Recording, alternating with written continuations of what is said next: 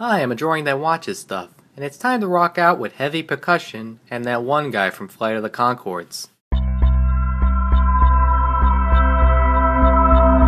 As you may have deduced from my videos, or if you visited one of my channels, or like my Facebook page, wink, I am a huge fan of animation. I have a couple of favorite studios, and others I don't. And then there's Blue Skies, which seems like a studio that doesn't get enough praise. On the surface, they've been accused of ripping off other studio styles as opposed to having their own.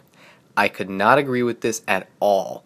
When the first Ice Age movie came out, despite having a smaller budget and animation on the Upper East Coast, I felt that the movie made computer-animated cartoon characters have the appeal of traditional cartoon characters. Not even Pixar could capture a three-dimensional, hand-drawn character the way this movie did it for me.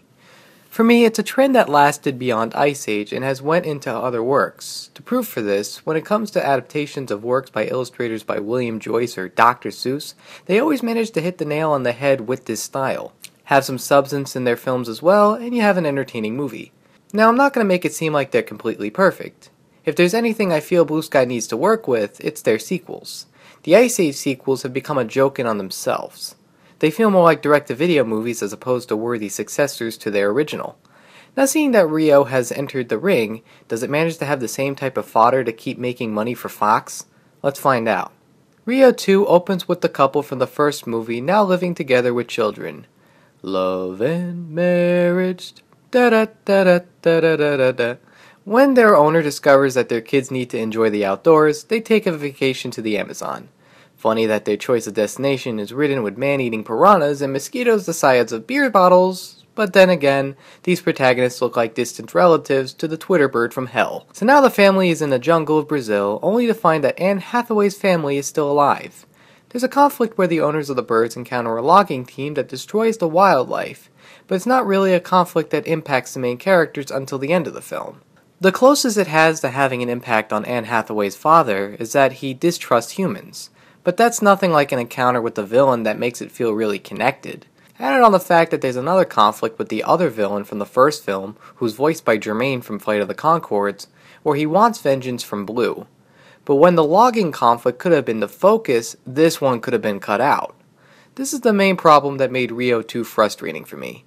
It's like they couldn't settle with a coherent plot in favor of keeping old characters while introducing new ones. This movie was like watching those ABC sitcom specials where the main characters go to Disney World. Each family member has their own separate adventure going on that loosely resolved until the end. However, when those are 2 to 3 part specials, this is a 2.5-hour movie. Ugh. As you can tell, I'm not a fan of this film. Which is a shame since the first Rio movie wasn't that bad. Despite having cliches, it was a movie that seemed to bring back the Disney musical vibe that ironically has been missing from Disney for a while. Since Shrek, we've been seeing 3D animated movies that have been trying to attempt the Pixar style that isn't loaded with musical numbers, so it was refreshing to see a movie go back to that. Especially since Rio used Brazilian music that had the vibe and spectacle of a Latin form of Bollywood. Talk about a pretentious critic-style writing right there. What I mean is that the music in the first film was good.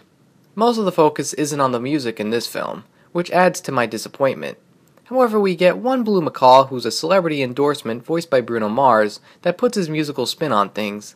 Ironically, much like the last film Epic, the celebrity musician is probably the best voice actor in the movie.